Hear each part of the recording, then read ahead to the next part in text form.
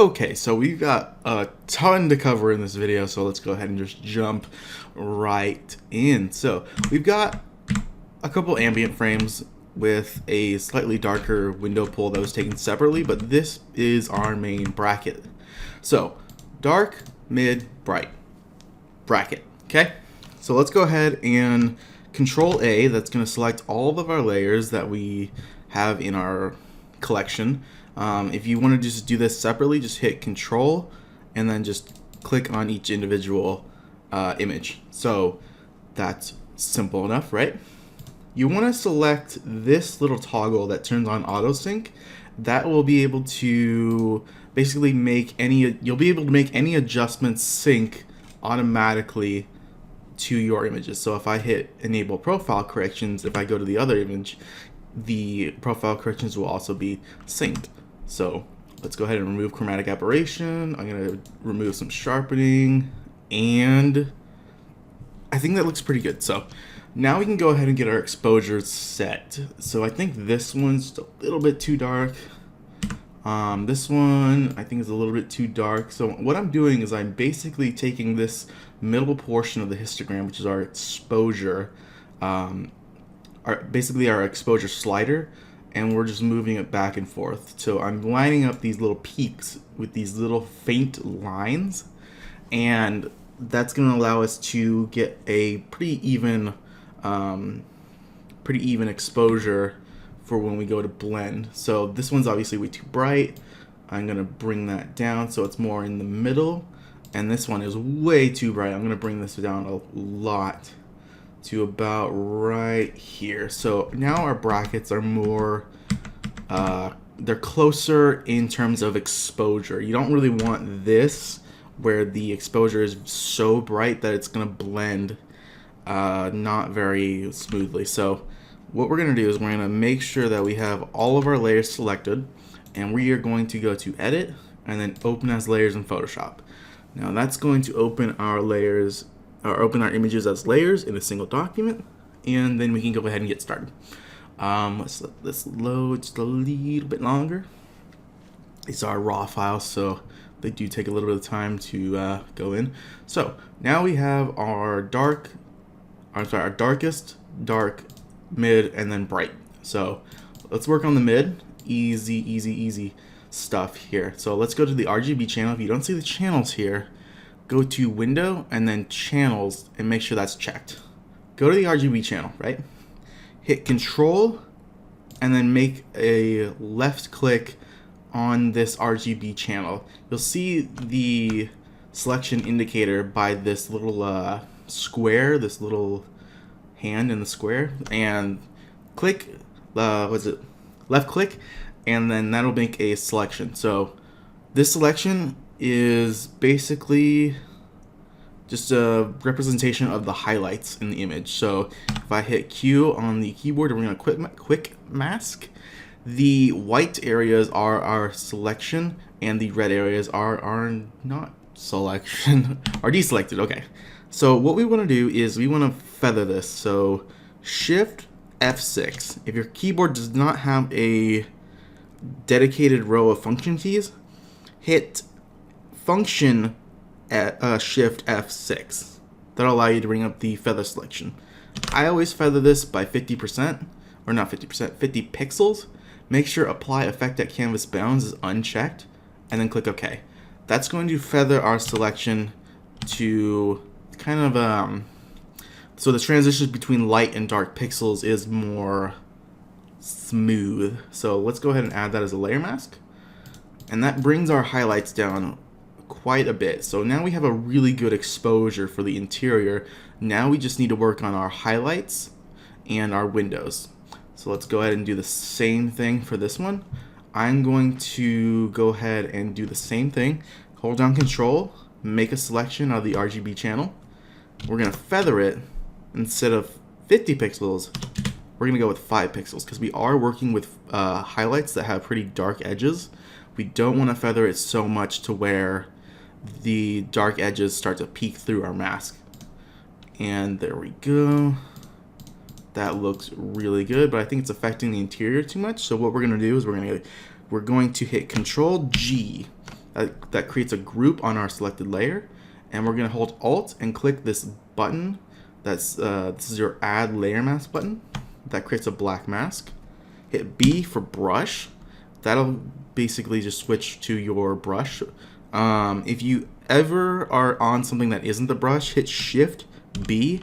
That'll allow you to cycle through your B keys.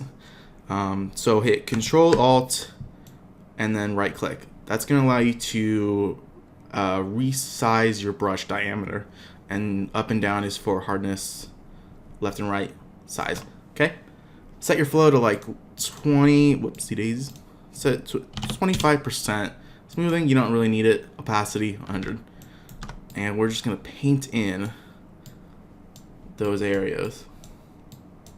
And I'm not going on every surface, but that is looking pretty good. The windows, because I want to retain some of those highlight details. And now we can work on this. If our highlights are still too dark, which I think they are just a little bit, we can go ahead and duplicate this by hitting Control J. That creates a a layer via copy. So now we have 2 window pull layers, and we're going to do the same thing that we did with our dark exposure, and we're going to feather that by 5 pixels and apply that to our image. So let's go ahead and group it, and we are going to just brush that in. And simple enough so far, right? Okay, cool. Now we have a good base to go off of. Depending on what your windows look like, you might think this is acceptable. For me, I like my windows just to be a little bit darker. So I've got this dark frame here. What we're going to do is we're going to change the opacity to 50%. So we're going to go ahead and change it to 50%, just so that our edges are a little bit more visible depending on how dark the exposure is. And we're going to zoom in real close here. P for the pen tool. Make sure we are on path. Make sure we are excluding overlapping shapes. And we want rubber band turned on. So let's go ahead and start from this corner. I'm going to go all the way to this corner and make some very, very basic points here. No curves yet, because I'm going to show you a really cool trick for modifying your path after you've made it a selection. So now we have our selection almost done. Now we just going to go ahead and close this just by hitting the first point that we made, and we are going to hit Control Shift Enter. That'll make it a selection, and we can go ahead and start by removing these selections. So what I'm going to do is I'm going to use the polygonal lasso tool, and I'm going to set it to subtract from selection, and we are going to just go all the way down here, make some real basic shapes. Double click to complete that selection, and that will allow you to remove that selection from our path. So let's go ahead and just finish this one off, and we'll do the same thing for this. So instead of actually cutting out all these windows, you're basically just kind of doing a shortcut and doing like real basic shapes. So I'm gonna go ahead and just finish this one off real quick. This one, since these are pretty close in terms of like, whoopsie daisies, if you ever do that where you accidentally start a new selection, hit backspace. That'll allow you to cancel that selection. And we'll go ahead and do this one as well. Simple, simple, simple. And we'll finish this off. Alright, cool. Now we just need to get these parts here. It doesn't need to be perfect, because we can always nudge the selection after the fact with the smudge tool. Something that is often not used for real estate photography, but that's looking really good. So what we want to do is feather it. So Shift F6, if you don't have a keyboard that has the row function keys, it's function Shift F6. Feather that by 1 pixel. And then we can go ahead and add it as a layer mask. So that's our layer mask, simple layer mask. And reset the opacity to 100%. I think this is a little bit too strong, so I'm gonna bring up the exposure by clicking on the actual layer itself and hitting Control Shift A. That'll bring up Camera Raw filter, and we can go ahead and bring up the exposure, bring down the highlights, and click OK. So it's brightened up quite nicely. Alright, cool. Now we just need to work on the color casts. So we have a pretty strong color cast over here. This is fairly neutral, and this is fairly neutral. Everything else looks pretty good. But this is bothering me, so I'm going to go ahead and hit Control Shift Alt E. That'll merge all your layers to a new layer. So what we're gonna do now is we're gonna make a shortcut. So keyboard shortcut, we're gonna go to Edit, Keyboard Shortcut, Image, go all the way down here to Replace Color.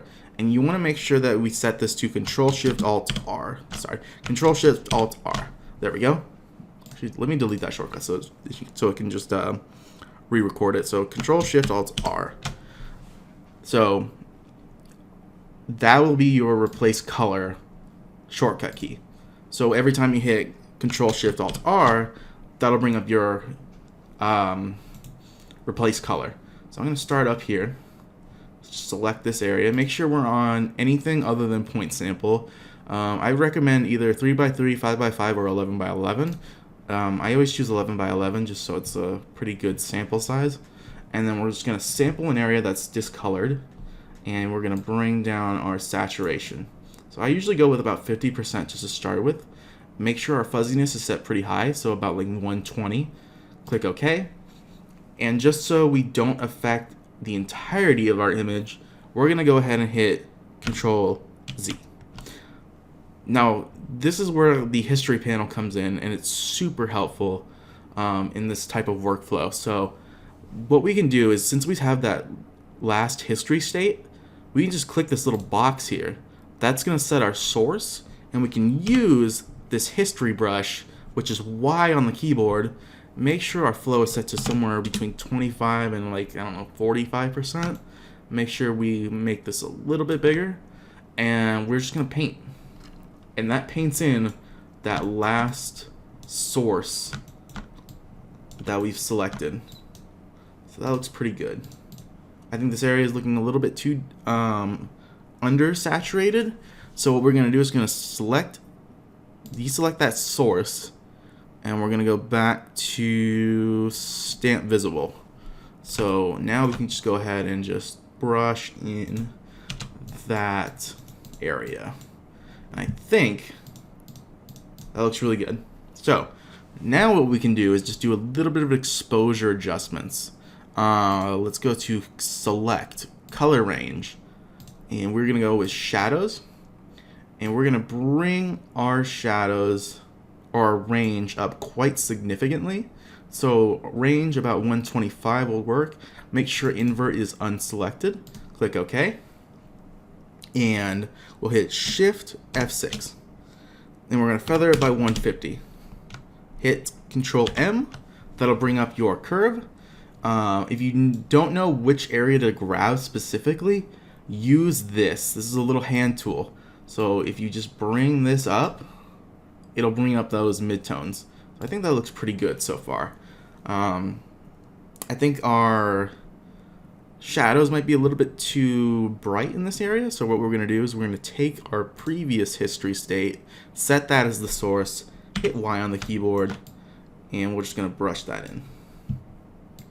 Cool beans. Control D, deselects, and now what we can do is work on our contrast.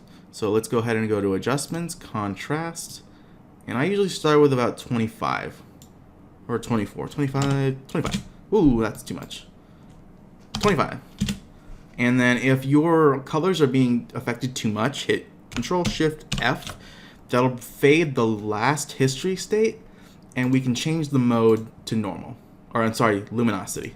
So it's only affecting the brightness, not the color.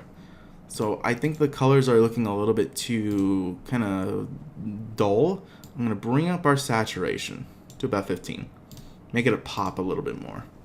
So that's looking really good. Let's go ahead and go to Filter, Sharpen, Unsharp Mask. And I always sharpen my images by 150. So that's pretty high in terms of sharpening, but I just love the way it looks. So that is just the way I do it. Go ahead and hit OK. If you ever have blue color cast like I do right here, hit Control U. That'll bring up hue saturation. Go down to blues. Sorry, that's magentas. Blues. Make sure you go to lightness. Set that to 100. Control Z to bring back the previous history state, and set the source to hue saturation. And we're just gonna paint in those areas. So I think if we look at it before and after, that's looking pretty good. Now we just need to work on the verticals. So Control Shift A. That'll bring up your, what you call it? I forget what it's called. Upright. No, sorry. Transform tool. Shift T. I couldn't remember that. So I can't remember. Camera raw filter, Shift T, upright, vertical, or auto. I usually go with vertical to try that. If your verticals just don't seem to look vertical, hit Control R. That's going to allow you to bring up your rulers.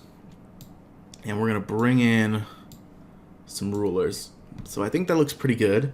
Maybe it's still a little bit too warm, and if it is, go to Adjustments, and then go to Curves, go to Options, find Dark and Light Colors, snap to neutral midtones. So I think that looks pretty decent. Maybe it's a little bit too strong.